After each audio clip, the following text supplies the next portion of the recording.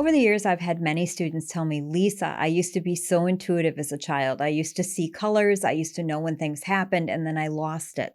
I lost that ability. And I've also had experiences with myself, even personally, where I'm generally extremely intuitive. And then all of a sudden, I feel like I'm running on blank. Where did it go? So I can tell you that it happens for a reason. I've noticed some people have told me that they had intuitive abilities and then they went away during puberty. Or I've even heard people say that it activated during high school after puberty. So I think it really depends on the person, but it's not uncommon at all for me to hear, especially with children, that they were incredibly intuitive. And that's probably one of the most common things I hear from my adult students. Lisa, I used to see colors. I used to know when things were going to happen. Lisa, I used to have dreams and visions and then it would happen. I used to hear things. Lisa, I had an imaginary friend that I used to see and now I realize it was a spirit guide. I mean, I've heard some really, really neat, amazing stories and I believe it all. I believe that it's all completely true because I myself have experienced a lot of these things and I've seen a lot of these things. So I'm here to tell you that if you did have these abilities, I believe that you can have them back. I just believe that they're blocked. And most of the time they're blocked because of fear. Most of the time they're blocked because people's biggest fear that I have heard is that they're afraid that they'll be so psychic that there'll be something that they see or hear that scares them, which is kind of a funny statement to make. It's almost as though people would rather be ignorant to know what's around them than actually see it. I understand that, but I think as a proactive energy worker, it's a good thing to blow up and destroy the things that you're afraid of. But anyways, there's nothing that you can't handle. I'll tell you that right now. There's nothing that you can't handle. And the way that intuitive abilities work is they work kind of in layers. So a layer will reveal itself. And then if it's too much, your body will your third eye will kind of shut down. And we don't want you to shut down because shut down means, for me, it means a rethawing period. So it's a lot more work to just slightly turn it down a little bit, or it's a lot more work to bring it from a complete shutdown to turning it down just a little bit. I have a really great meditation I've included called the Psychic Dial.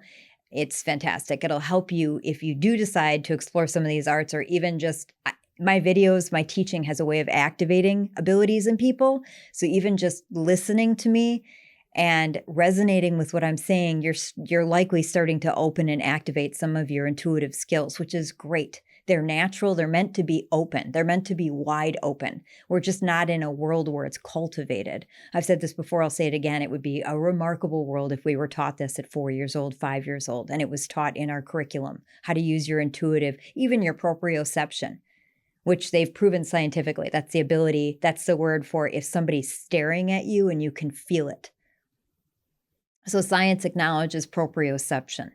That's a fact. So it's a skill that we all have that you can feel if you're being looked at. So wouldn't it be amazing if we had other intuitive abilities developed from very early on in primary school and that you could use those skills all the time? So the first step is acknowledging why you shut it down to begin with. When was the last time that you had, it's kind of like losing your car keys or losing anything. When was the last time you had it in your possession? So what's the last memory that you have that you had any kind of intuitive skill? And then ask yourself, what happened in your life after that? Did you get sick? Was there an accident? Was there a death? Did a man or a woman come into your life? Did you have a dysfunctional relationship? Did you change careers? Did you change hobbies? Did you change your life patterns so that you became more saturated in a world of maybe not high frequency food and maybe a lot more electronics? All those things will numb out your intuitive skills. The more aware you are, the more you're in nature, the cleaner you eat. If you eat more high frequency foods, less processed, your body relates to a more sensitive state. So you'll be more aware. Did you change the people that you were hanging around with? Are you around people that don't believe in any of this? Are you around low frequency people? Are you around drug and alcohol a lot? Do you use drug and alcohol a lot? Do you have people in your life that are addicts?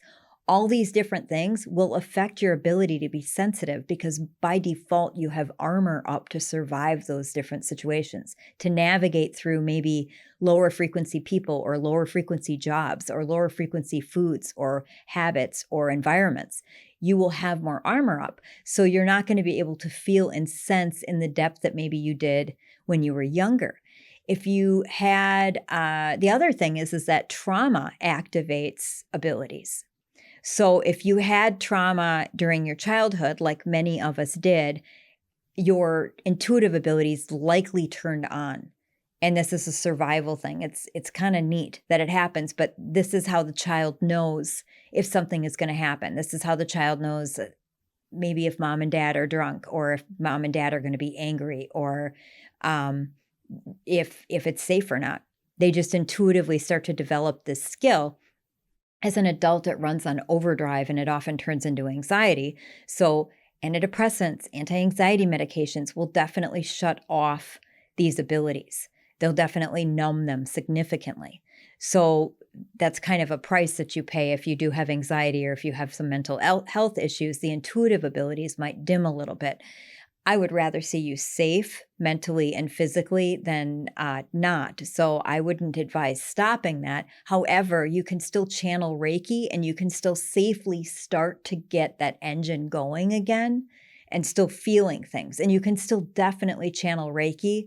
That's a Japanese art of healing. So I have all sorts of resources about that on my website, all sorts of online trainings. It's the base for everything I do. It's user-friendly, G-rated. Every single person on the planet can use it, and it will only better your frequency, your health, your mind, and your spirit. So I definitely suggest doing that. If you feel like it comes in flickers and then stops, again, you might be thinking, why is this happening? And my hunch is that you're afraid of your power. And I'm inviting you not to be afraid of your power. I'm inviting you to explore it in baby steps. But if it's nudging you, if it's in the back of your mind, if there's this feeling like there's something that wants to come out, I feel intuitive, I feel there's this push, this little itch I have to scratch or something, explore that. But explore it safely. Explore it with something like Reiki. I believe in all different forms of divining. I'm a huge advocate for oracle cards.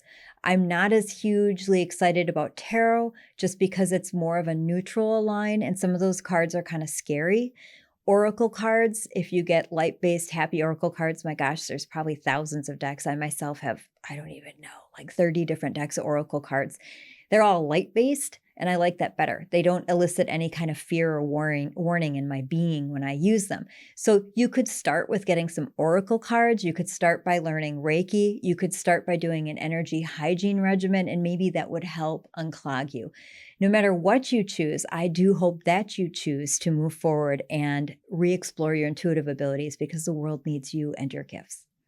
It's psychic puzzle time. For every one of my videos, I offer an opportunity for you to get into psychic flow and test your psychic skills. These are very fun and they're light, and I encourage you to just play with it and go with it. So what we do is we work with channeling our Reiki abilities first because I love Reiki as a perfect base. So we're just going to imagine that light energy, Reiki, comes in through the top of our head, goes down our body, down to the core of the earth, and just keep breathing. And the energy from the core of the earth comes back up, travels up through our body, and up out the top of our head like a fountain, out the right hand and in the left. You might feel something, you might not. It doesn't matter, it's a self-guiding force. And then I want you to imagine something that feels really good, like pure love, pure joy. It could be going down a water slide. It could be in the fall smelling leaves. It could be at home with a wood fire in the snow. Whatever feels good with just you. So it's just your energy. And then I want you to really, really feel that and wrap that around you.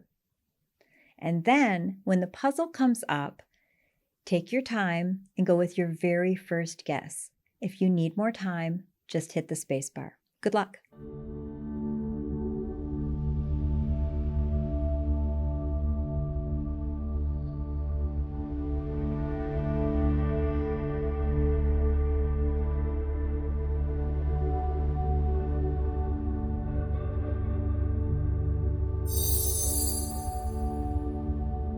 How did you do in the puzzle? Did you notice a feeling of knowingness with the correct answer? Great job for trying.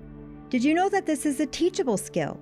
Through my online courses, live classes, and online community, you'll find more psychic puzzles, helpful tips, and a safe space to practice and grow. You can find all information and links in the description below. Be sure to like and subscribe to see more videos like this.